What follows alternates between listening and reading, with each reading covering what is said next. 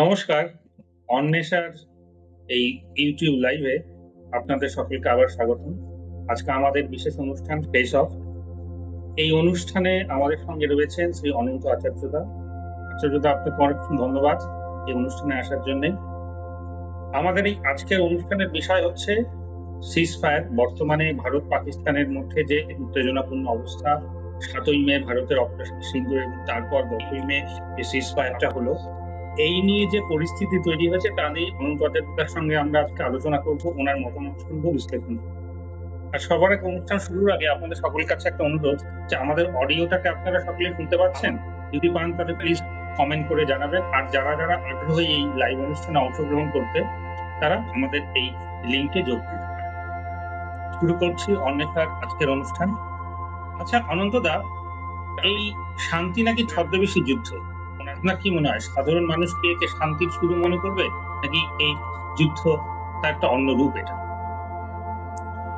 ঠিক ছদ্মবেশী সব যুদ্ধ শব্দটির অর্থ আমাকে একটু বলা মুশকিল, তবে শান্তি অশান্তির ফারাকটা তো বুঝতে পারি। সেখানে সীমান্ত সংঘর্ষের কারণ হিসেবে আমি নিজের ধারণা, দুটি দেশের সরকার, বিশেষত ভারত সরকার নিজের দেশে আভ্যন্তরীণ অনেকগুলো সংকটে ভুগছে। এমত অবস্থায় মানুষের দৃষ্টি যদি সীমান্তের দিকে নিয়ে যায়, তাহলে অনেকটা সেই রকম হয় যে আমরা সেই ছোটবেলায় যে দেওয়াল লিখন দেখতাম, যখনই জনতা চায় বস্ত্র খাদ্য, সীমান্তে বেজে ওঠে যুদ্ধের বাপ। আসলে আসলে স্থানীয়ভাবে যে মানুষের মধ্যে বিভিন্ন কারণে ক্ষোভ আছে, সে ক্ষোভগুলো চাপা দেওয়ার জন্য মাঝে মধ্যে সীমান্ত সংঘর্ষ, তারপর আবার সীমান্ত সংঘর্ষ, তারপরে 75-71-এর মতন যুদ্ধ, এগুলো হয়ে থাকে। সুতরাং এগুলো মাথায় রাখতে হবে যে আসলে এই সিজফায়ারটা হওয়ার কারণ কি, আর যুদ্ধটা শুরু হওয়ার কারণ। প্রথম কথা হচ্ছে যে এই মুহূর্তে ট্রাম্প বুঝতে পারলো যে যতটুকু যুদ্ধ হয়েছে তাতে বিশ্বের সমস্ত সাংবাদিকরা যারা ওই অঞ্চলে গেছে, তারা যা রিপোর্ট দিচ্ছে, দুই দেশের তথাকথিত দেশপ্রেমিক মিডিয়া যে রিপোর্ট দিচ্ছে, তার সাথে আকাশ পাতাল তফাৎ। অনেকগুলো রিপোর্ট হয়েছে, সেটা এআই, মিডিয়ার রিপোর্ট হয়েছে, সেটা এআই তৈরি করেছে। যেরকম এই ড্রোনের হামলা, এবং তারপরে সেটা ড্রোনের হামলায় অনেক সময় ভারতীয়রা প্রায় ধরেই পেরেছিল তারা করাচি, ইসলামাবাদ, লাহোর, বালুচিস্তান সবই প্রায় ভারতীয় সৈন্যবাহিনীর দখলে চলে গেল। এই যে উগ্র দেশপ্রেমের, উগ্র জাতীয়তাবাদ, যা মানুষের চিন্তাকে অন্ধ করে দেয়, মানুষের সমস্ত সমস্যার থেকে পেছন ফিরিয়ে নিয়ে যায়। সুতরাং সেখানে সিজফায়ার হোক বা না হোক, এই যে যুদ্ধের উন্মাদনা, এটার বিরোধিতা এবং শান্তির পক্ষে, বিশ্ব শান্তির পক্ষে মানুষকে এগিয়ে আসা দরকার আছে। এবং এই নাটকগুলো, এই যুদ্ধ নাটকগুলো করে যে অনেকগুলো মানুষের জীবন চলে গেল। ধরুন পায়েলরক ঘটনাটা যদি আমরা কাটা করি, তাহলে দেখা যাবে যে অতগুলো মানুষের, পর্যটকরা, বেশ কয়েকজন 26 জন পর্যটক মারা গেছেন। এদের রক্তের বিনিময়ে মোদী সরকার, ভারত সরকার একটা বিরাট বড় ইন্টারন্যাশনাল অ্যাডভান্টেজ নেওয়ার চেষ্টা করেছিল, যদিও সেটা ব্যর্থ হয়েছে। এই ভারত সরকারের এই আঞ্চলিক দাদাগিরি, যেটা শুরু হয়েছিল সার্কের সময় থেকে, আজকে সেটা ব্যর্থতার একদম তলার দেশে পৌঁছেছে। সুতরাং সিজফায়ার এটা বা শান্তি, এই সমস্তটাই একটা মিথ্যা কথা, মানুষকে বিভ্রান্ত করা ছাড়া আর কিছু নয়। তো যারা যুদ্ধ চাইছে বা যুদ্ধ চলুক বলছে, এটা শুধু একটা আবেগ না, এর মধ্যে কোনো রাজনৈতিক হিসেব রয়েছে। এই যুদ্ধটা যখন সিজফায়ার হলো, অনেকেই কিন্তু তারা বলেছিল যে না, এই মুহূর্তে আমরা পাকিস্তানকে দখল করে নেই, বা এটা একটা বড় সুযোগ, অনেকে কিন্তু হ্যাপি নয়। তাহলে এটাও কি কোথাও একটা রাজনৈতিক সমীকরণ, নাকি এটা অর্থনৈতিক ক্ষতির ভয় সিজফায়ারটা হলো? আপনার কি মনে হয়? আবেগ শব্দটা অত্যন্ত ইতিবাচক শব্দ, অত্যন্ত সম্মান ব্যাপক শব্দ, সুতরাং আবেগ কথাটা আমি ব্যবহার করতে চাইছি। আমি এটা উন্মাদনা মনে করছি, যারা দিবারাত্র পাকিস্তান দখলের স্বপ্ন দেখছে, যে মানুষগুলো আসলে তারা ধর্মীয় মেরুকরণের পক্ষে নিজের দেশের মধ্যেই। ফলে ওদের একটু টাইট দিতে হবে। এই মানসিকতা আসলে এক ধরনের ফ্যাসিবাদেরই একটা বহিঃপ্রকাশ। ওদের বলতে কাদের? আমার প্রতিবেশী, আমি তো নিশ্চয়ই সীমান্তে গিয়ে যুদ্ধ করছে না কোনো অমুসলমান, তাহলে প্রতিবেশী মুসলমানের প্রতি ঘৃণা ছড়ানো, এই ঘৃণার চাষ এটা যত বেশি পরিমাণে বাড়াতে পারবে, তাদের স্বার্থান্বেষী শক্তি তত বেশি উপকৃত হবে, সুবিধা পাবে। সুতরাং এখানে কোনো আবেগের জায়গা নেই, কোনো ইতিবাচক কথা বলার দরকার নেই। যুদ্ধে উন্মাদনা সৃষ্টি করা যাদের কাজ, তাদের বিরুদ্ধে ঘৃণা ছাড়া আর কিছু তাদের পাওনা নেই। এখানে মানুষের আবেগের কোনো কারণ নেই, মানুষের একটা অন্ধত্বের একটা বহিঃপ্রকাশ দেখা যাচ্ছে। তাহলে কি কোথাও কি মানসিকতা মানে আপনার যে কথাটা, তাতে কি মনে হচ্ছে যে পরমাণু অস্ত্রের ছায় যে যুদ্ধবিরতি যেটা বলা হচ্ছে, একটা ন্যারেটিভ তৈরি হয়েছে, সেটা কি আপনি কোথাও সমর্থন করেন না, সেটার আপনার বিশ্লেষণ? এখানে পরমাণু যুদ্ধের প্রশ্ন, পরমাণু ধর কারা কারা আছে আমি জানি না, বলতে পারবো না। ভারতবর্ষে বলে ভারতবর্ষে পরমাণু আছে, হয়তো আছে, কিন্তু পাকিস্তানের পরমাণু একটা অস্ত্র টিকিয়ে রাখা এটা অত্যন্ত কঠিন ব্যাপার, নিজের কাছে রাখা। একটা উদাহরণ দিয়ে বলা যেতে পারে যে ভারতে রাফাল আছে, রাফাল বিমান। একটা এরোড্রমে একটা রাফাল বিমান রাখতে হলে, রেখে দিতে হলে, রক্ষণাবেক্ষণ করতে হলে প্রতিদিন তার পিছনে খরচ হয় 1,37,000 টাকা। এরকম ধরনের রাফাল বিমান বা এই জাতীয় বিমান রাখার আর্থিক সামর্থ্য পাকিস্তানের নেই। সুতরাং ওরা ওই ব্যাপার অসম যুদ্ধ হিসেবেই দেখে, মানে শুধু ভারতের সাথে না, ভারতের সাথে যারাই লড়তে চায় প্রতিবেশী দেশগুলো, যদি তাদের মধ্যে কোনো ক্ষোভ থাকে, ভয় পায় যে তারা আর্থিক এবং সামরিকভাবে ভীষণ পরিমাণে দুর্বল। সুতরাং এক্ষেত্রে পাকিস্তানকে আসামি কাঠগড়ায় দাঁড় করিয়ে লাভ নেই, বরঞ্চ ভারত সরকারের এই উদ্ধত আচরণগুলোকে নিন্দা করা দরকার। শান্তির পক্ষে সারা পৃথিবীর মানুষ। আপনি কি কোথাও গিয়ে এই মুহূর্তে যে সরকার চলছে, বিজেপি বা এনডিএ যে জোট সরকার, সে তাকেই কোথাও গিয়ে রেসপন্সিবল করছেন এই পুরো বিষয়টার মধ্যে? অবশ্যই অবশ্যই, তারাই তো চাইছে, তারা চাইছে যুদ্ধ নামক একটা বস্তু যে মানুষকে প্রায় নির্বোধের জায়গায় নিয়ে যায়।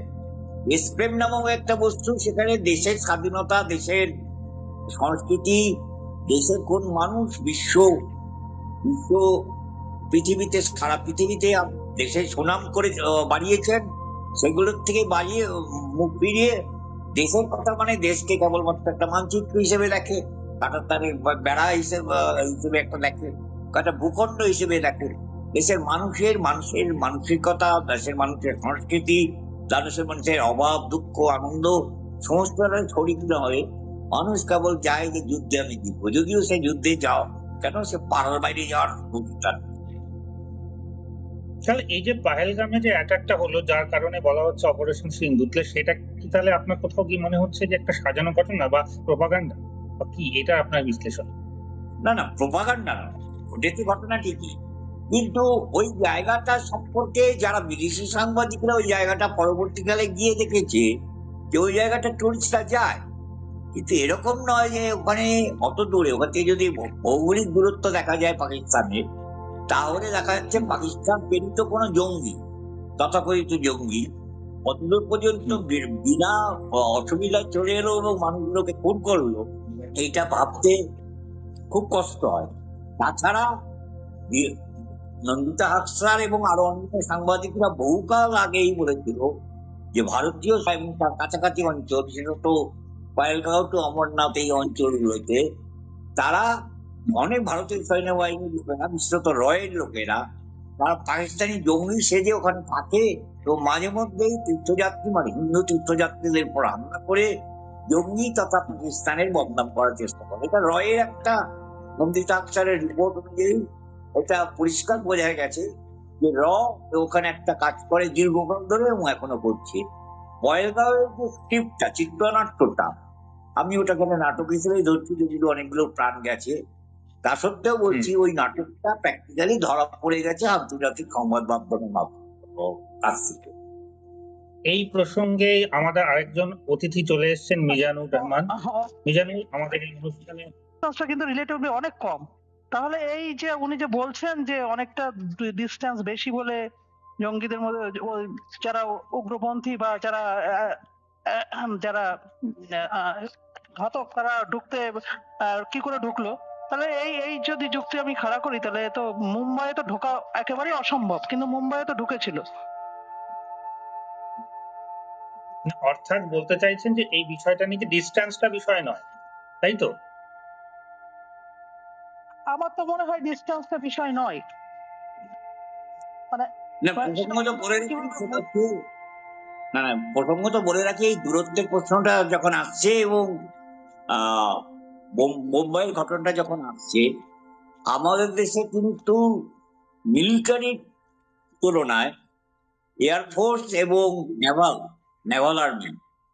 নেভাল আর্মি খুব বেশি পরিমাণে শক্তিশালী নয়, এবং বোম্বে অঞ্চলে নেভাল আর্মি দুর্বলতাটা পরবর্তীকালে যারা যারা ওই 26 ওই একটু আপনাকে ডিফার করছি।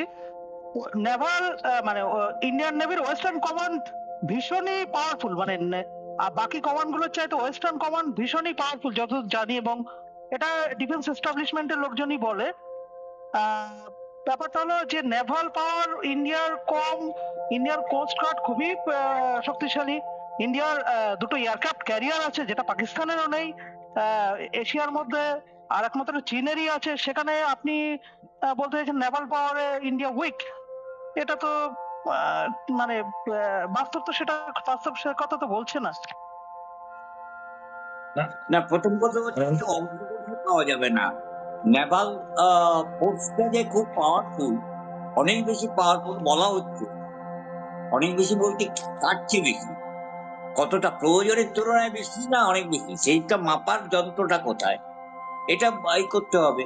একটা একটা দূরত্ব আছে, সেই দূরত্বটা যদি মাপা হয় তাহলে দেখা যাচ্ছে সেই দূরত্বটা কভার করেছে, অথচ নেভাল গার্ডরা সেটাকে নজরে পড়লো না। তার কারণ হচ্ছে নেভাল গার্ডের ওই যে যথেষ্ট শক্তিশালী কথাটার মধ্যে একটা অতিকথনের ঝোঁক আছে, সেটা প্রমাণ হয়ে যায়, একটা অতিকথনের ঝোঁক আছে যে আমাদের নেভাল আর্মি বা নেভাল গার্ড কোস্টাল গার্ড অনন্তদা, এই প্রসঙ্গে আমার মনে হয় খুব ইম্পর্টেন্ট একটা বিষয় হলো আমেরিকা, অর্থাৎ প্রেসিডেন্ট ট্রাম্পের যে মধ্যস্থতায় উনি বলছেন যে সিজফায়ারটা হয়েছে, সেইটা ভারত পাকিস্তান কি ট্রাম্পের কথায় কান দিচ্ছে বা দেবে, নাকি এটা কোনো কূটনৈতিক চাল বা খেলা চলছে বলে আপনার কি? মধ্যস্থতা কথাটা বললে একটা মনে হয় যে ট্রাম্পকে কম শক্তিশালী মনে হয় এবং বাকিদের অনেক বেশি শক্তিশালী মনে হয়। আসলে মধ্যস্থতা হয় ধরে নিই কেউ মধ্যস্থতা করলে তিনজনেরই সমান পরিমাণে মর্যাদা। এক্ষেত্রে ট্রাম্প কিন্তু প্রায় বলা যেতে পারে দুটো সরকারকে কান মুড়ে দিবে যে তুমি এক্ষুনি বন্ধ করো। তার কারণটা হচ্ছে সেই ট্রাম্প জানে ভারত সরকার যদি ট্রাম্পের কাছ থেকে অস্ত্র কেনে, পাকিস্তানের যা কোষাগার সেখানে এত কম পরিমাণে বিদেশি মুদ্রা আছে, তার পক্ষে এখন পাকিস্তান যদি আমেরিকার পায়েও পড়ে তাহলেও সে সামরিক অস্ত্র দেবে না, ব্যবসাটা হবে না ট্রাম্পের। ট্রাম্প নতুন এসছে আর একবার নতুন ভাবে ফিরে, ফলে ট্রাম্পের মধ্যস্থতা নয়, ট্রাম্প দুটো সরকারকে কান মুড়ে দিয়ে আপাতত তুমি বন্ধ করো, আবার যখন আমি বলবো তখন তুমি আবার যুদ্ধ লাগবে। তাহলে এই যে ছায়াযুদ্ধ, তাতে কি আমেরিকার কোনো একটা বিশেষ ভূমিকা আপনি দেখতে পাচ্ছেন? অবশ্যই আমেরিকা, প্রথম কথা যে আমেরিকা অস্ত্র বিক্রি করতে হবে, যে কোনো বিগ পাওয়ার কান্ট্রি গুলো তাদের অস্ত্র বিক্রি না করলে ব্যর্থ হয়। আর ভারতে প্রায় বলা যেতে পারে বাজেটের 75 থেকে 80% হচ্ছে প্রতিরক্ষা দপ্তর, তারা কিনে হয়। পাকিস্তানের সেই অবস্থা নেই, আর্থিক অবস্থা নেই, ফলে আমেরিকার একটা স্বার্থই আছে। আমেরিকা চাইলে দুটো মোটামুটি ভাবে কাছাকাছি শক্তিধর দেশ তারা নিজেদের মধ্যে লড়াই করবে, সেটা লড়াই করলে তার অস্ত্র বিক্রি হবে, তার কর্তৃত্ব থাকবে। এই উপমহাদেশে যদি আমেরিকার কর্তৃত্ব থাকে তাহলে রাইজিং ফোর্স হিসেবে আর যে দেশগুলো উঠে আসবে যারা আমেরিকাকে অনেকটা চ্যালেঞ্জ করার মুখে চলে এসছে, চায়নার কথা বলতে পারি বা অন্যদের কথা বলতে পারি, সে দেশগুলো স্বভাবতই এখন সেই যদি কন্ট্রোলে থাকে আমেরিকার, এই দেশগুলো এই যে দেশগুলো চলেছে যদি আমেরিকার কথায় হতে বসে, তাহলে আমেরিকার আন্তর্জাতিক রাজনীতি আমেরিকার পজিশন ভালো হয়ে যাবে। আচ্ছা, এই যে ভারতের ভেতরেও কিন্তু দেখুন এই মোদির এই সিদ্ধান্তটাকে নিয়ে একটা অসন্তোষ তৈরি হয়েছে, কেউ চাইছিল যে যুদ্ধটা আরো বেশি হোক। বিরোধীরা কোথাও গিয়ে কিভাবে এই মোদির এই সিদ্ধান্তটা বা সিজফায়ারের যে বিষয়টা সেটাকে দেখছে, বা আপনার কি বিশ্লেষণ যে কারা লাভবান হলো, কারা ক্ষতিগ্রস্ত হলো, ইকুয়েশনে কি কোনো পলিটিক্যাল গেইন কেউ করতে পারবে? পলিটিক্যাল গেইন যা পাওয়ার মোদি পেয়েছে, আর তার সাথে তার মেজো ভাই সেজো ভাই যে সমস্ত পলিটিক্যাল পার্টি গুলো আছে তারা হয়তো কিছু তলানি কোরআনি পেতে পারে। প্রধানত যেটুকু হয়েছে, যে কটা দিন এটা হয়েছে, মিডিয়ার কল্যাণে হোক, খবরে কাগজ মানে মিডিয়া, মানে ইলেকট্রনিক মিডিয়া বা প্রিন্টিং মিডিয়ার কল্যাণে হোক, মোদির অ্যাডভান্টেজ যেগুলো পাওয়ার, মাইলেজ যেটুকু পাওয়ার সেটুকু পেয়ে গেছে। এবং এরপরে আর ওই বিরোধী যে অন্যান্য যে দলগুলো আছে, মোদির মেজো ভাই সেজো ভাই যে দলগুলো আছে, তারা এর থেকে কিছু হতে পারে। তবে দুঃখজনক সত্য, বামপন্থী পার্টিগুলোর একটা বড় অংশই এখন রাষ্ট্রবাদী ভূমিকা পালন করছে। সেটা খুব দুঃখজনক, যেটা হওয়া উচিত ছিল না। তার কারণ হচ্ছে, বামপন্থায় যারা বিশ্বাস করে, যারা প্রকৃতপক্ষে মোদী শাসনের বিরোধিতা করবে, তাদের উচিত হচ্ছে আন্তর্জাতিক রাজনীতির সাথে খাপ খাইয়ে যতটা পরিমাণে তাদের কর্তব্য সেটা করা, তাদের নির্দেশ নেওয়া, তাদের পলিটিক্যাল লাইফকে ঠিক করা, সেটা করে বরঞ্চ একটা মোদী ভজনার দিকে নিয়ে যাওয়া, এটা একটা প্রবণতা দেখা যায়। এটা প্রায় সবগুলো পলিটিক্যাল পার্টি না হলেও বেশিরভাগ political party, including the so-called leftist বা সিউডো কমিউনিস্ট গ্রুপগুলো, তারা এগুলো। আচ্ছা অনন্ত, আপনার কাছে আমি একটা ইম্পর্টেন্ট বিষয় নিয়ে আসতে চাইছিলাম, যে মিডিয়ার ভূমিকা। এই যে যুদ্ধটা হচ্ছিল বা এই যে একটা টেনশনের সময় গেল, মিডিয়ার কিন্তু আমরা একটা এমন ভূমিকা দেখতে পেলাম যেটা কি সত্যি এই সিজফায়ারের সময়ও তার একটা কোনো নেগেটিভ ইম্প্যাক্ট করবে, নাকি কোথাও গিয়ে মিডিয়া তার সঠিক অবস্থানটাকে বজায় রাখতে পারবে? আপনার কি মনে হয়? কোনো সময় হয় না আসলে। সারা পৃথিবীতে নিউজের যে মানে বাণিজ্য বলা যায়, নিউজকে যারা সেটা এগেনস্ট পেমেন্ট হয়। পেড নিউজ বলেই একটা চালু কথা আছে, এবং সেটা সাংবাদিকরা নিজেরাও ব্যবহার করে, পেড। এখন মুশকিল হচ্ছে যে আনপেড নিউজ এদের মিডিয়াতে আসবেন। পেড মানে গভর্নমেন্ট পেড হতে পারে, ইন্টারন্যাশনাল পেমেন্ট হতে পারে, অনেক রকম পেমেন্ট আছে। ইলেকট্রনিক মিডিয়া দেখলে, গত কিছুদিন যাবত ইলেকট্রনিক মিডিয়া দেখলে একটাকে একদম খাঁচা ধরে ফেলা যাচ্ছে। বেশ কয়েকটা আছে, তাদের হিডেন এজেন্ডা হিসেবে তারা ভারত তথাকথিত ভারত নাম করে একটা উগ্র জাতীয়তাবাদ, উগ্র উন্মাদনা, যুদ্ধ উন্মাদনা সৃষ্টি করছে। এবং সেটা শুধুমাত্র পাকিস্তানের বিরুদ্ধে নয়, আমাদের ভারতবাসীদের মধ্যে যারা হিন্দু ছাড়া ভিন্ন ধর্মাবলম্বী আছে, তাদের বিরুদ্ধেও প্রায় অস্ত্র তুলে দেওয়ার আহ্বান। ওদের একটা টাইপ দেওয়া দরকার। এটা কিন্তু এই পেড নিউজের ফল, এই মিডিয়ার প্রচারের অপপ্রচারের ফল, কুফল।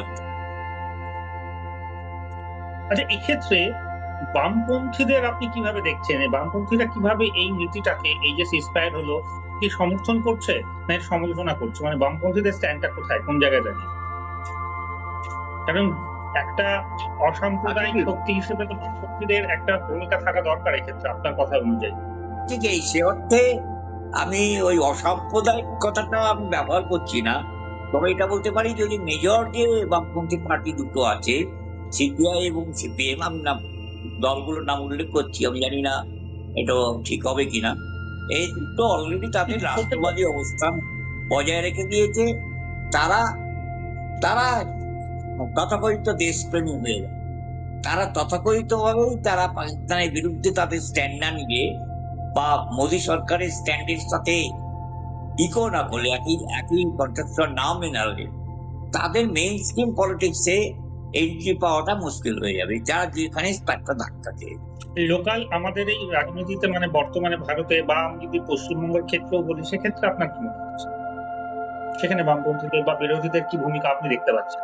এখনো পর্যন্ত আমি আবার বলছি, বামপন্থী বলতে যদি ওই দুটো সিপিআই সিপিএম নামক দুটো পার্টির নাম বলা হয়, তাদের ভূমিকাটা রাষ্ট্রবাদী ভূমিকা। পশ্চিমবাংলার সিপিআই সিপিএম অন্যরকম কিছু কথা বলছে না, অন্তত তাদের মুখপত্রে সেরকম কিছু পাওয়া যায়। সুতরাং বামপন্থী মাত্রই অসাম্প্রদায়িক বামপন্থী, তাহলে বুঝতে হবে এই বামপন্থীরা প্রকৃত অর্থে বামপন্থী নয়। তাদের বামপন্থী ছাপ্পাটা হয়েছে, পোশাকটা হয়তো বামপন্থী হতে হ্যাঁ, পারে, বলতে পারছি। জামাটা এই খুলে মেজাজ ফেললে, প্রশ্ন করতে চাইছে। হ্যাঁ, জামাটা খুলে তাদের আরএসএস হয়ে যাবে। শীতের মেজাজ কি শীতের বলতে জামাটা চাইছে? যদি খুলে ফেলে তাহলে সেটা আরএসএস হয়ে যাবে। অন্যান্য বিরোধী দল বিভিন্ন জায়গায় যে আঞ্চলিক পার্টিগুলো তাদের যেগুলো আছে, তারা এখনো পর্যন্ত মোদী গভর্নমেন্টকে কড়া সমালোচনা করছে না। বরঞ্চ এখনো পর্যন্ত মানে আশ্চর্যজনক ভাবে রাহুল গান্ধীর দল, কংগ্রেস এবং বেসরকারি বামপন্থী যেগুলো আছে, যারা সরকারে যাওয়ার কোন রকম বাসনা নেই, যে বামপন্থী দলগুলো আছে, তারা কিন্তু তুলনাভাবে বেটার স্ট্যান্ড নিয়েছে, আশানুরূপ দাঁড়িয়েছে। যে দলগুলো ভোটে দাঁড়ায় না, এমপি এমএলএ হওয়ার ইচ্ছে, রাষ্ট্র ক্ষমতায় যাওয়া, রাজ্যের ক্ষমতায় যাওয়ার বাসনা যে বামপন্থী দলগুলো নেই, তারা অত্যন্ত ইতিবাচক স্ট্যান্ড নিচ্ছে। তারা নিয়মিত প্রোগ্রাম করছে, মার খাচ্ছে বিজেপির লোকেদের দ্বারা, কিন্তু তারা রাস্তায় রাজপথে গিয়ে তারা শান্তি মিছিল। সেটা শুধুমাত্র কলকাতা নয়, পশ্চিমবাংলার বিভিন্ন জেলায়, ভারতবর্ষের বিভিন্ন রাজ্য সদর দপ্তরে তারা করছে। এমন পাকিস্তানে যায় বামপন্থীরা, তারা লাহোরে তারা মিছিল করেছে, যুদ্ধের বিরুদ্ধে শান্তি মিছিল করেছে। ইউরোপের অনেকগুলো দেশ, আমেরিকার অনেকগুলো শহরে ভারত এবং পাকিস্তানিরা তাদের জাতীয় পতাকা নিয়ে ভারত এবং পাকিস্তান এম্বাসির সামনে বিক্ষোভ প্রদর্শন করছে। বামপন্থা মানে হচ্ছে প্রচলিত ব্যবস্থার বিরোধিতা করা হচ্ছে বামপন্থা। বামপন্থা মানে একটা লাইজন্ড শুধুমাত্র তা না, ওটা ওরা যারা জাতীয় পতাকা পাকিস্তান বা ভারতের জাতীয় পতাকা নিয়ে আমেরিকায় রাস্তা মিছিল করে যুদ্ধের বিরুদ্ধে শান্তি মিছিল করছে, তারাই হচ্ছে প্রকৃত বামপন্থী। বামপন্থা মানে এই নয় যে সেটা তাকে একটা লাল রঙের ঝান্ডা ধরবে। সেই হিসেবে এই ভারতবর্ষে যারা কোনোদিন সরকারে যাওয়ার বাসনা করেন, অথচ আন্দোলনের পক্ষে যে বামপন্থীরা, যাদের বেসরকারি বামপন্থী বলা হয়, আর প্রশান্তির ভাষায় অফিসিয়াল কমিউনিস্ট, এই দুটোর মধ্যে একটা মেরুকরণ করা দরকার। তারা কিন্তু এই যুদ্ধের বিরুদ্ধে শান্তির পক্ষে, এবং এই যুদ্ধের নাটকটা তারা ধরতে পেরেছে, তারা যুদ্ধের বিরোধিতা করেছে। আচ্ছা, এই যে যারা বর্ডারে থাকে, সীমান্তের দিকের মানুষরা, তাদের মধ্যে এই যে সিজফায়ারটা হচ্ছে, তাতে কি কোথাও গিয়ে তাদের মধ্যে শান্তি ফিরে আসছে, নাকি তাদের ভিতরে একটা কোথাও চাপা টেনশন, এবং যে ক্ষয়ক্ষতিটা হলো, ইভেন প্রাণনাশও হয়েছে বলা হচ্ছে, তাদের জীবনটা কিরকম? আমাদের যে পাকিস্তান এবং ভারতের বর্ডারের মানুষজন, যুদ্ধে তো তারা ক্ষতিগ্রস্ত প্রথমে। ধরুন, পাকিস্তানে বালুচিস্তান হচ্ছে একটা ভালো টুরিস্ট স্পট, ওখান থেকে পাকিস্তানের সরকারের কিছু টাকা পয়সা আসবে। যদিও বালুচিস্তানে একটা পাকিস্তানি শাসকদের বিরুদ্ধে একটা আন্দোলন আছে, আত্মনিয়ন্ত্রণ অধিকারের আন্দোলন আছে, কিন্তু এটা ভালো টুরিস্ট স্পট। ওখানে ইংলাজ বলে একটা জায়গা আছে, সেটা হিন্দুদের, ভারতীয়রা সেখানে কম যায়। মরুতে ইংলাজ বলে একটা ফিল্ম হয়েছিল। ইংল্যান্ডে কিন্তু সারা পৃথিবীর অনেক হিন্দু টুরিস্ট বা পিলগ্রিম, তারা ইংল্যান্ডে পাকিস্তান সরকারের ভালো রোজগার। কাশ্মীর তো ভারত সরকারকে যথেষ্ট পরিমাণে ট্যুরিজমের ডিপার্টমেন্টে প্রচুর পরিমাণে টাকা, সেখানে যথারীতি তারা তো মিছিলে বেরিয়েছে। কাশ্মীরে প্রচুর মিছিল হচ্ছে, তারা বলছে টুরিস্ট মেরা ভাই হয়, টুরিস্ট মেরা জান হয়। মানে তারা তো ট্যুরিজমের উপর দাঁড়িয়ে রয়েছে, তাদের অর্থনীতি আরো আপেল বা অন্যান্য ফল টলও তো আছে। ট্যুরিজম একটা বড়, তাদের স্থানীয় মানুষদের অন্তত পেট চালানোর আছে। তারা সিজফায়ার কিছুটা পরিমাণে আশ্বস্ত বোধ করছে, কিন্তু আশঙ্কাও রয়েছে। বন্ধু বান্ধব যাদের কাছে তাদের খবর পাচ্ছি, ওখানে এখনো পর্যন্ত যাচ্ছে কাশ্মীর উপত্যকায় যে সাংবাদিকরা রয়েছে, তারা এই শান্তিটাকে অবস্থা রয়েছে, এখনো পর্যন্ত শান্তিটাকে শ্মশানের শান্তি বলেই মনে করছে, চাপা টেনশন রয়েছে তাদের। আচ্ছা, বিশ্ব মঞ্চে কি মনে হয়, কি প্রতিক্রিয়া? আমেরিকা এবং চীন, এই দুটো বড় প্লেয়ার, এই পরিস্থিতিতে তাদের কি ভূমিকা আপনার মনে হচ্ছে? আমেরিকা তো তার ভূমিকা পালন করে দিয়েছে, দুটো গভর্নমেন্টকে কান বলা দিয়েছে।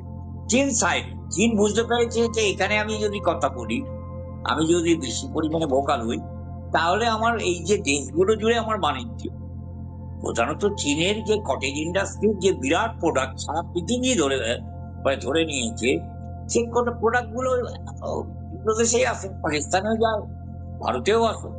চীনের প্রোডাক্ট, চীন এই ব্যাপারটা খুব বেশি পরিমাণে কথা বলবে। যতক্ষণ না পর্যন্ত চীনের সীমান্ত নিয়ে ঝামেলা না হবে, চীন এই ব্যাপারে খুব বেশি কম।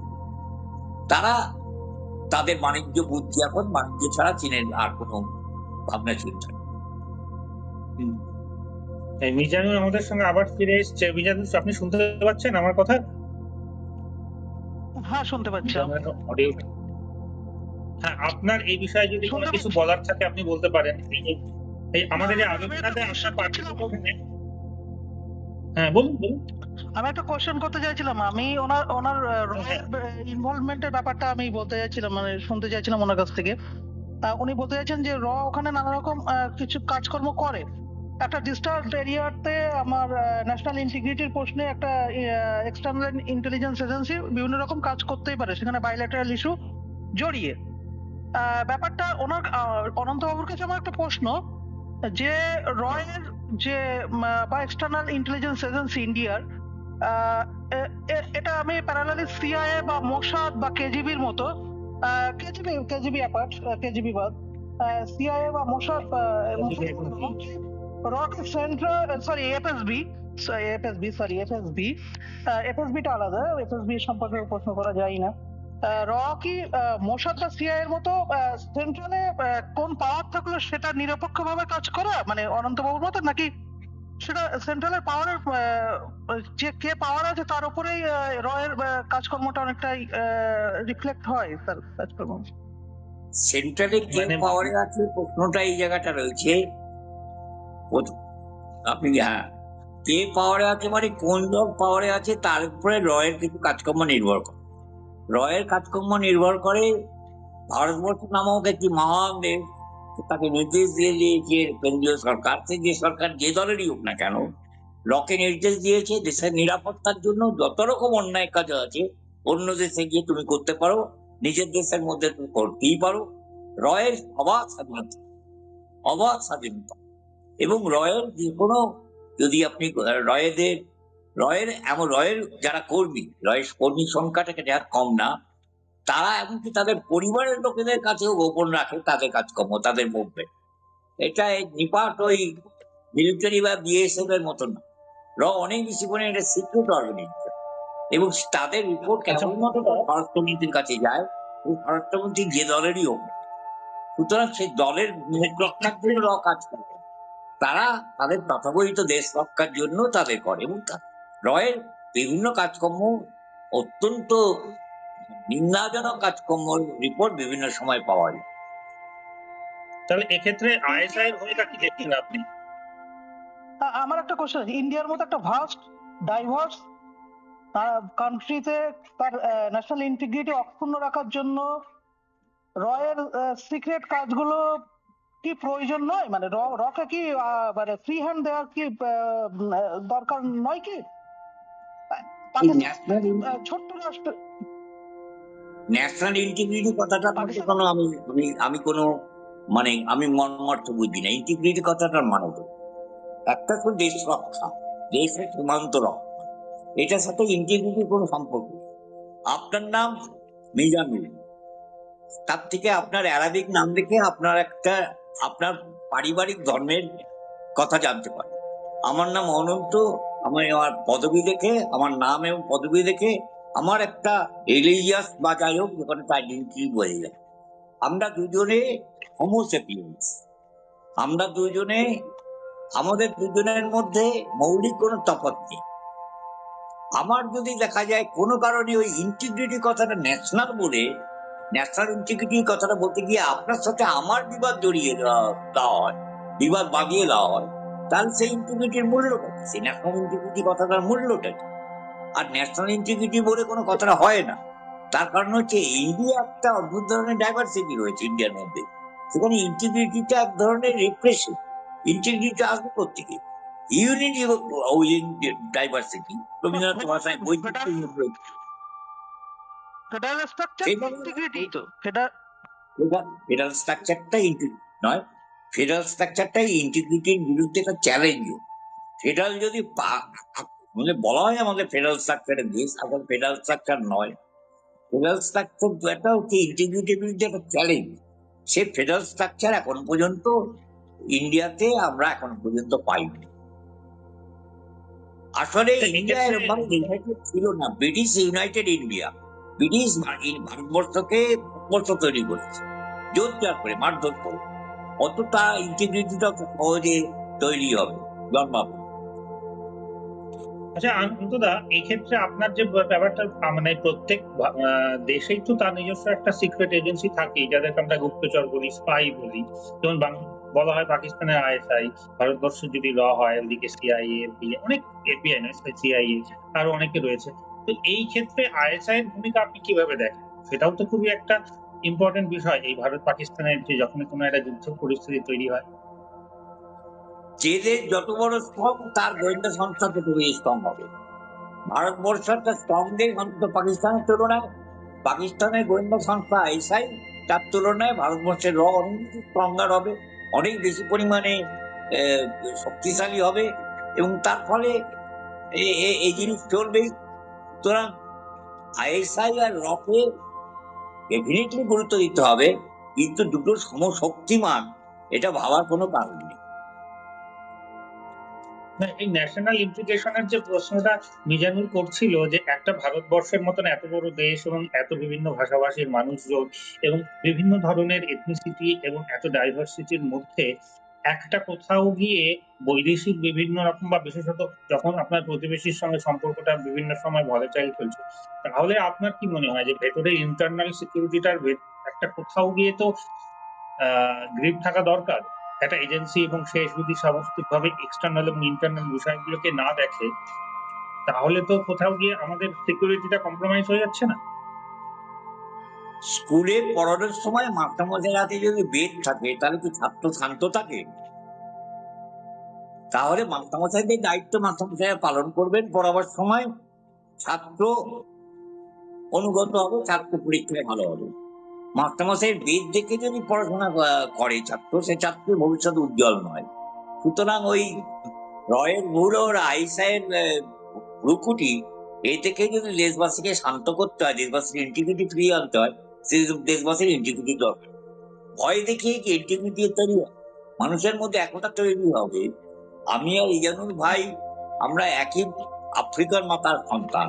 এইটা যদি আমার মাথায় না থাকে, আমরা দুজনেই আফ্রিকার মাতার সন্তান, এটা যদি আমার মাথায় থাকে, আমরা দুজনেই ভাই, তাহলে কোন আমাদের বিচ্ছেদটা যারা বাড়াতে চাইবে, সে বিচ্ছেদটা আটকানো কি বেদ দিয়ে হয়নি, যে আমাদের দুজন মনের মিলের উপর নির্ভর করে। ধমকে কি বন্ধুত্ব তৈরি করা যায়? ইন্টিগ্রিটি প্রশ্নটা আসে করতে। আর এরকম ধরনের বাণিজ্যিক মেজার নেয়, র হোক আর আইএসআই হোক, বাণিজ্যিক মেজার নেয় যে সমস্ত সংস্থাগুলো, তারা ইন্টিগ্রিটি তৈরি করতে পারে না, বরং তারা ইন্টিগ্রিটি ভাঙে। ভয় দেখিয়ে বন্ধুত্ব করা যাবে, তোমরা দুজনে বন্ধু হয়ে যাও বলে ভয় দেখালাম, নইলে বেত মারবো, এই হয়। ইন্টিগ্রিটি এইভাবে হয়।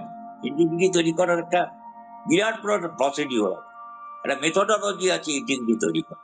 সেটা ভারত বা পাকিস্তানের শাসকবর্গ কোনো কালেই সেটা প্র্যাকটিস করে। র দিয়েতে সব হবে না, এসআই দিয়ে হয়ে গেছে কাজে। আচ্ছা, এই যে আমাদের একটা এরকম ধরনের সংঘর্ষ হলো এবং দুটোই দেশ, ভারত পাকিস্তান, তাদের অর্থনীতিতে কিভাবে প্রভাব পড়লো এবং কে কতটা ক্ষতিগ্রস্ত হলো আপনার মনে হচ্ছে? পাকিস্তান বেশি ধাক্কা খেয়েছে, পাকিস্তানের দুর্বল অর্থনীতির দেশ ধাক্কা খেয়েছে। ভারতবর্ষ তুলনামূলকভাবে সামলে নিতে পারবে। তবে ওই যে সমস্ত বিশেষত মিডিয়া, বড় মিডিয়াতে যে সমস্ত যুদ্ধের দৃশ্য দেখা যাচ্ছে, পশ্চিমী সাংবাদিকরাই বলছে যে ওগুলো আর্টিফিশিয়াল ইন্টেলিজেন্সের কাজ। ওগুলো কোনো পুরনো শট নেওয়া সব ধরনের ড্রোন এসছে ভারতবর্ষে এর মাটিতে, বা সেই ড্রোন গুলো ফেরত চলে গিয়ে পড়লো গিয়ে পাকিস্তানে। এসব হাস্যকর মানে এরকম ঘটনা ঘটে। মানে ড্রোনকে ইন্ডিয়ান আর্মি ফেলে দিল, পাকিস্তানি ড্রোনকে পাকিস্তানের মাটিতে। এরকম হয় না। যদি পরে যদি ভারতের মাটিতে এই ড্রোন পাঠিয়ে তাকে রাখছে, তাহলে ভেঙে পড়লে ভারতের মাটিতে পড়বে। এক টুকরো ড্রোনের টুকরো তো দেখাতেই পারে ভারতীয় যে এইটা আমরা ভেঙেছি।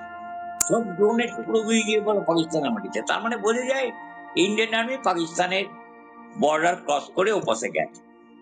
ওটা বলতে অসুবিধাটা কি? তুমি যুদ্ধ করেছো, বর্ডারে ঝামেলা করেছো পাকিস্তান গভর্নমেন্ট, আমি ঢুকে গেছি, এর হয়েছে। এরকম হয়েছে, পৃথিবীতে বহু যুদ্ধ এরকম হয়েছে। চীন ভারত যুদ্ধের সময় এরকম হয়েছে, ভারত সরকার চীনের মধ্যে ঢুকে পড়েছিল, চীন এমন তাড়া করেছে ইন্ডিয়ান আর্মি ডিব্রুগড়ে পালিয়ে চলে এসেছে। ভারত চীনের সময় হয়েছিল, প্রথমে অ্যালাউ করেছে ইন্ডিয়ান আর্মি চীনের মধ্যে। এই যুদ্ধে হয়, এগুলো হয়, এগুলো এড়ানো যাবে না। তো আপনার কি মনে হচ্ছে অনন্তদা, এই যে যুদ্ধটা হলো সেই পুরো বিষয়টা কি তাহলে একটা ফেক? না, আমি বলতে চাইছি এই যে বিষয়টা ঘটলো, যে আপনি বলছেন ওয়েস্টার্ন মিডিয়া এইভাবে দেখাচ্ছে, তো কোথাও গিয়ে কি আপনার মনে হচ্ছে যে এই যুদ্ধটা তাহলে ভারতের তরফ থেকে একটা ফেক যুদ্ধ? হ্যাঁ, এটা হয়তো, এটা মানে এগুলো অপরাধ কি অপরাধ নয় সে প্রশ্ন পড়ে। এই বর্ডার ক্লাসেই হোক, যুদ্ধের সময় গল্পগুলো তৈরি করতে হয়, গল্পগুলো তৈরি করতে ঠিক ঠিক প্রশ্ন নয়, গল্পগুলো তৈরি করতে সব দেশই করে। এমন এটা যুদ্ধের ক্ষেত্রে এটা অপরাধ। যুদ্ধ এমন একটা জিনিস, সেটা ফেক নিউজ বানাতেই হবে। তার কারণ হচ্ছে আমার সবসময় চাইবো আমি জনমতামত। এই যুদ্ধটা যদি এই বর্ডার ক্লাসটা যদি আরো কিছুদিন হতো, প্রাইম মিনিস্টার রিলিফ ফান্ড যুদ্ধের জন্য অ্যাপিল করতেন প্রাইম মিনিস্টার, প্রচুর টাকা যেত, দেশপ্রেমের বন্যা বয়ে যেত, প্রচুর টাকা প্রাইম মিনিস্টার ফান্ডে জমা করতো। এটা কোথায় ব্যয় হতো সে প্রশ্ন আলাদা। এই হয়, এই সব দেশেই হয়, এটা নতুন কিছু না। যুদ্ধের সময় এরকম গল্প তৈরি করাটা প্রত্যেক দেশের শাসক বর্গেরই এটা একটা প্রবণতা, এবং সে প্রবণতা থেকে ভারত বা পাকিস্তান দুটি কোনো সরকারই এই প্রবণতা থেকে মুক্ত নয়। আচ্ছা, এইরকম একটা যখন পরিস্থিতি, তাহলে এই সিজফায়ারের মধ্যে থেকে এই ভারত পাকিস্তান তাদের মধ্যে কি সুষ্ঠুভাবে কোনো যুদ্ধবিরতির পরবর্তী আলোচনা, শান্তি ফিরিয়ে আনার জন্য আলোচনা, বা বর্ডারে আবার পুনরায় যেভাবে একটা শান্তিপূর্ণ অবস্থান তৈরি করা যায়, সম্পর্কটা দু দেশের মধ্যে যেভাবে এখন খারাপ হয়েছে সেটাকে ভালো করা, এই আলোচনাগুলো কি খুব পজিটিভ ভাবে হতে পারে? দুটো সরকারই চায় না, দুটো সরকারই এটা চায় না, দুটো সরকারই, পাকিস্তান ভারত দুটো সরকারই এটা চায় না।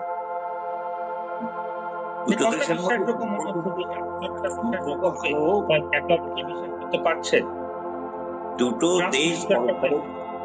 দুটো দেশ পরস্পরের সম্পর্ক ভালো হবে, দুটো দেশের মানুষের মধ্যে যাতায়াত হবে, তাদের মধ্যে মিলন হবে, তাদের মধ্যে মৈত্রী সমিতি তৈরি হবে। ভারত পাকিস্তান বাংলাদেশ মৈত্রী সমিতি তৈরি হয়েছিল, আমরাই করেছিলাম, ভেঙে গেছে, ভেঙে দিয়েছে। কারণ তারা চায় না ভারত পাকিস্তান বাংলাদেশের মানুষরা একই সমিতির ব্যানারে তিনটে দেশের সরকার চাই, ভেঙে গেছে, যাতায়াত বন্ধ করে দিয়েছে। ওরা আসতো, আমাদের খাবার খেত, আমরা যেতাম পাকিস্তানে গিয়ে পাকিস্তানের বিশেষ বিশেষ খাবার খেতাম, সেই তাদের রেসিপি গুলো জানতাম। ওরাও আসতো, ওরা সেই বাংলার খাবার যেটা ওই ধরনের পাকিস্তানের লোকেরা জানতোই না, পাঞ্জাবি বা ওই টাইপের খাবার খেত। তারা সুপ তো কোনোদিন খায়নি বাঙালি রাতে, তারা খুব আনন্দ পেয়েছে। থাকতে দেয়নি, এরা কোন সরকার এগুলো পছন্দ করে, তিনটে সরকারই তাহলে অনন্তদা, এই আন্তর্জাতিক চাপ, সেই তার ফলে কি একটা দুটো পক্ষ যেভাবে এখন আলোচনায় বসবে বা কোনো একটা সিজফায়ার যেটা হলো, তার ফলে একটা কোথাও গিয়ে আপনার কি মনে হচ্ছে যে পজিটিভ আমরা দেখতে পাচ্ছি, যে কোথাও গিয়ে এটা কোনো পরবর্তী স্টেপ গুলো পজিটিভ কিছুই হবে না, যুদ্ধের এই আবহটা থাকবেই, বজায় থাকবে? পাড়ায় পাড়ায় মারপিট হয় না আমাদের, দেখি পাড়ায় পাড়ায় মারপিট, কেউ বলেন আমরা কজন মার খেয়েছি, ওরা কজন মেরেছি ওকে, বা ওরা কজন মেরেছে আমরা কজন মার খেয়েছি, এই সমস্ত হিসেব নিকেশ থাকে। মজবাদে আবার কোনো না কোনো অজুহাতে ঝগড়া, পাড়ার পাড়ায় ঝগড়াই আমরা বন্ধ করতে পারি না, ইস্টবেঙ্গল মোহনবাগান খেলায় মারপিট আমরা বন্ধ করতে পারি। তা দুটো দেশের যুদ্ধ বসে নিলাম, আর শান্তি হয়ে গেল, চিরকালের জন্য শান্তি হয়ে গেল, আর কোনোদিন ঝগড়া হবে না, এরকম বাবাটা অতুল। এটা চলতেই থাকবে বলে আপনার আশঙ্কা?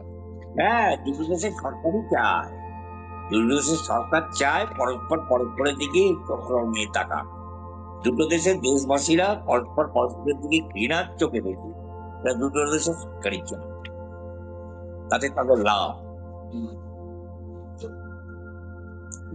আচ্ছা, এই যখন একটা চাপা টেনশনের পরিবেশ চলে, পরিস্থিতি তৈরি হয়, তখন একটা মেন্টাল হেলথেরও বিষয় তো চলে আসে, মানে এই উত্তেজনাটা মানুষকে কোথাও গিয়ে তাহলে মানসিক ভাবে তো অসুস্থ করে নিতে পারে, তাই না? এই সময় বয়স্কদের, শিশুদের টিভি দেখা বন্ধ করা উচিত। শিশু যারা যারা এখনো ম্যাচিওর হয়নি, আর বয়স্ক মানুষ 70 পার হয়ে গেছে, তাদের টিভিতে এই ধরনের আলাপ আলোচনা কিংবা এই যুদ্ধের দৃশ্য দেখা উচিত। মেন্টাল হেলথের প্রবলেম হবে, হচ্ছেও। আচ্ছা, তাহলে এই আপনার কি মনে হচ্ছে, আপনার প্রেডিকশনে যদি আমরা আপনার আলোচনার যে এখন অব্দি আমরা যে এই বিষয়টা নিয়ে আলোচনা করলাম, তাতে কোথাও গিয়ে এই ছায়াযুদ্ধ কন্টিনিউ করবে বলেই আপনার মনে হয়? তাহলে একটা দীর্ঘমেয়াদী অস্থিরতাই কি দেখতে পাচ্ছেন উপমহাদেশে? দীর্ঘমেয়াদী কথাটা বললে একটা কন্টিনিউয়াস ব্যাপার এসে যায়, কথাটার সাথে মিলে যায়। আমি কন্টিনিউয়াস কথাটা ব্যবহার করতে চাইছি, এটা মাঝে মধ্যে হবে। কন্টিনিউয়াস করার মতো এক্ষেত্রে কাশ্মীর কি একটা ইস্যু নয়? কাশ্মীর ইস্যুতেই তো ভারত পাকিস্তানের সমস্যাটা দীর্ঘদিন ধরে। মারাত্মক ইস্যু। কাশ্মীর যে একটা পার্মানেন্ট টাইম বোম ফাটবে এবং তারপরে মানুষের মধ্যে বিবাদ তৈরি হবে, এইটা 1951-এ আম্বেদকর তার যখন রেজিগনেশন দিলেন নেহরু মন্ত্রিসভা থেকে, তখন কাশ্মীর সম্পর্কে বলেছিলেন যে তুমি কাশ্মীর নিয়ে অযথা তোমরা প্রতিরক্ষা খরচ করছো এবং তোমরা অন্যায় কাজ করছো। পেরিয়ার বলেছিলেন, রামাস্বামী পেরিয়ার, দক্ষিণে বিখ্যাত দ্রাবিড় আন্দোলনের নেতা, তিনি বলেছিলেন তোমরা কে জ্যাঠামশাই কাশ্মীরিতে নির্বোধ মনে করো, দিল্লির জ্যাঠামশাইরা তোমরা কাশ্মীর নির্বোধ মনে করো, কাশ্মীরা কি চায় না চায় তাদের ভাবতে দাও। কাশ্মীরের পার্মানেন্ট প্রবলেম নেহরু গভর্নমেন্টের সমালোচনা করেছিলেন যে অযথা প্রতিরক্ষা তাকে এত ব্যয় করা কাশ্মীরিতে উচিত রেজিগনেশন দিতে। পেরিয়ার বলেছিলেন যে কে দিল্লির জ্যাঠামশাইরা তোমরা কাশ্মীরিতে নির্বোধ বাবু, কাশ্মীরা তাদের ভবিষ্যৎ ঠিক করতে পারে। আরেকজন মতো লোক, তার তুলনাভাবে তার নামটা, তিনি স্বল্পায়ু, মানে বেশি দিন তিনি রাজনীতিতে প্রথম কথায় আসেননি, কিন্তু তার নাম চারু মজুমদার। তিনিও একই কথা মনে করতেন যে কাশ্মীর ভারতের অংশ না। কাশ্মীরের লোকেদের 52 সালে গণভোটে ঠিক করার কথা ছিল তারা ভারতে থাকবে না পাকিস্তানে থাকবে না স্বাধীন থাকবে। তার ফলে সেই গণভোট হয়নি। ইউনাইটেড নেশনে সুপারভিশনে গণভোট হবে এটার প্রতিশ্রুতি দিয়ে কাশ্মীর ভারতের মধ্যে হরি সিং তখন এসেছিলেন, কাশ্মীরের সাথে চুক্তি হয়েছিল। ভারত সরকার পাকিস্তান অকুপাইড কাশ্মীরেও সেটা করেনি, ভারত অকুপাইড কাশ্মীরেও সেটা হয়নি, গণভোট হয়নি।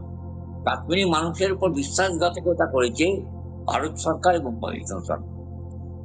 কিন্তু এই যে ভারতের যে একটা জাতীয় আবেগ কাশ্মীরকে নিয়ে, বলা হয় কাশ্মীর ভারতের একটা ইন্টিগ্রাল পার্ট, এবং এই যে ন্যারেটিভটা বছরের পর বছর ধরে চলে আসছে, তো আপনার এই প্রশ্নটা কোথাও গিয়ে তো ভারতবর্ষের সেই জায়গাটাকে আঘাত করছে। মানে এই কাশ্মীর ভারতের নয়, তাহলে কাশ্মীরে যে মুভমেন্টটা হচ্ছে সেটা তাহলে জাস্টিফাইড? কাশ্মীরে কোন মুভমেন্টটা? কাশ্মীরে সন্ত্রাসবাদী আক্রমণ, যেটা আমরা সন্ত্রাসবাদী হিসেবে দেখছি, পাকিস্তান থেকে। সন্ত্রাসবাদী আন্দোলনের পক্ষে না। কাশ্মীরের মানুষ গণভোটে ঠিক করে দিক তারা ভারতে থাকবে না স্বাধীন থাকবে না পাকিস্তানে যাবে। সন্ত্রাসবাদী বা সশস্ত্র আন্দোলনের কথা সেই ছাত্ররা বলে কাশ্মীর চাই আজাদি, সে বাদ দিচ্ছে। কিন্তু কাশ্মীর মানুষ ঠিক করবে তারা ভারতে থাকবে না স্বাধীন থাকবে না পাকিস্তানে যাবে, তারা গণভোটে ঠিক করবে। শান্তিপূর্ণ উপায় সুতরাং তাদের জন্য তাদের আমার কোনো নির্দেশ নেই যে কাশ্মীর ভারতে থাকবে না পাকিস্তানে যাবে না কাশ্মীর স্বাধীন হবে, কাশ্মীর মানুষরাই ঠিক করবে, এবং সেটা শান্তিপূর্ণ পথে, কোনো সন্ত্রাসবাদী পথে নয়, কোনো মারদাঙ্গা করে না। তারা তার স্বাধীনভাবে গণভোটের মাধ্যমে ঠিক করুক তারা কোথায় যাবে, কোথায় থাকবে, কোন অংশে থাকবে, নাকি তারা স্বাধীন থাকবে। তারা পিওকের বিরোধিতা করতে পারে, তারা ইন্ডিয়া অকুপাইড কাশ্মীর বিরোধিতা করতে পারে, তারা স্বাধীন কাশ্মীরের ডিমান্ড করতে পারে, এটা তাদের ব্যাপার। এটা গণভোটের মাধ্যমে ডিসাইড করা হোক বলে আপনার মত? না, এটা কথা ছিল ইউএন এর সুপারভিশনে, সুপারভাইজ করবে ইউএনও, তারপরে এটা গণভোট হবে। কাশ্মীরি মানুষ ভোট দিয়ে বলবে তারা কি করবে। 3টে অপশন তাদের কাছে, ভারতে থাকবে, পাকিস্তানে থাকবে না স্বাধীন থাকবে, 3টে অপশন। ভোট 52 পর থেকে আর ওই অতি মানব বেইমানি করা হয়েছে কাশ্মীর মানুষের, তাদের কথা দিয়ে কথা রাখা হয়নি। এই আলোচনা আমাদের সত্যি কথা বলতে গেলেই চলতেই থাকবে এই আমাদের ফেস অফ অনুষ্ঠানে। অনন্তদার যে প্রত্যেকটি কথা আলোচনা হলো, আজকে আমাদের অডিও কিছু সমস্যার কারণে অন্যান্য আমাদের যে অতিথি তাদের সব বক্তব্য আমরা শুনতে পেলাম না, এর জন্য আমরা সত্যি ক্ষমা প্রার্থী অন্বেষার তরফ থেকে। তবে অনন্তদার প্রত্যেকটি কথাও কিন্তু আমাদের ভাবা উচিত, এবং এটা যদিও অনন্তদার নিজস্ব ভাবনা, কিন্তু প্রত্যেক মানুষের নিজস্ব ভাবনা এবং তার চেতনা, তার বিশ্লেষণ, এটাও আমাদের গ্রহণ করা উচিত মুক্ত মনে। অন্বেষার তো প্ল্যাটফর্মটাই হচ্ছে একটি মুক্ত মনা প্ল্যাটফর্ম, যেখানে মুক্ত মনে বিচার বিশ্লেষণ হয়, এবং সেই বিশ্লেষণের মধ্যে দিয়ে আমরা একটা কোনো নিশ্চয় ভাবনায়, একটা কোনো ধারণায় উপনীত হবই। আজকে আমাদের এই অনুষ্ঠানটা একটা এমন পর্যায়ে এসে পৌঁছেছে, যদিও খুব ইন্টারেস্টিং ভাবে অনন্তদা বলছেন, কিন্তু আমাদের একটা নির্দিষ্ট সময়সীমার মধ্যে শেষ করতেই হয়। আমরা আশা করবো যে অনন্তদাকে আমার আগামীতে আরো কোনো একটা এরকম লাইভ অনুষ্ঠানে পাবো, এবং ওনার কাছ থেকে আরো অন্যান্য বিষয়গুলো নিয়ে আমরা শুনতে পারবো, ওনার বিশ্লেষণ, ওনার মতবাদ, ওনার ভাবনা। আজকে আমরা এখানেই শেষ করছি আপাতত। অনন্তদা, অসংখ্য ধন্যবাদ আপনাকে, এবং মিজানুর এবং দেবজ্যোতিদা দুজনকেই ধন্যবাদ, এবং আবার আমাদের তরফ থেকে আমরা দুঃখ প্রকাশ করছি আমাদের এই অডিও সমস্যার জন্য। আশা করবো আগামী লাইভ অনুষ্ঠানগুলো আমরা আরো আকর্ষণীয় এবং ত্রুটিপূর্ণ করতে পারবো না। যে ত্রুটিগুলো হচ্ছে সেগুলো আমরা ঠিক করতে পারবো, এবং অডিও প্রবলেমগুলো যাতে না থাকে সেগুলো বিষয়ে আমরা দেখবো। আজকে আমরা এখানে শেষ করছি। তবে আপনাদের যদি এই অনুষ্ঠান নিয়ে কোনো মতামত থাকে এবং কোনো মন্তব্য থাকে, আপনারা প্লিজ আমাদের এই অনুষ্ঠানের বিষয় নিয়ে মন্তব্য করুন, এবং আপনাদের মন্তব্য আমাদেরকে ইন্সপায়ার করবে, এবং আমাদের যদি কোনো ত্রুটি বিচ্যুতি থাকে সেগুলো আমরা রেকটিফাই করব। আমাদের অন্বেষা ইউটিউব চ্যানেলটাকে সাবস্ক্রাইব করুন,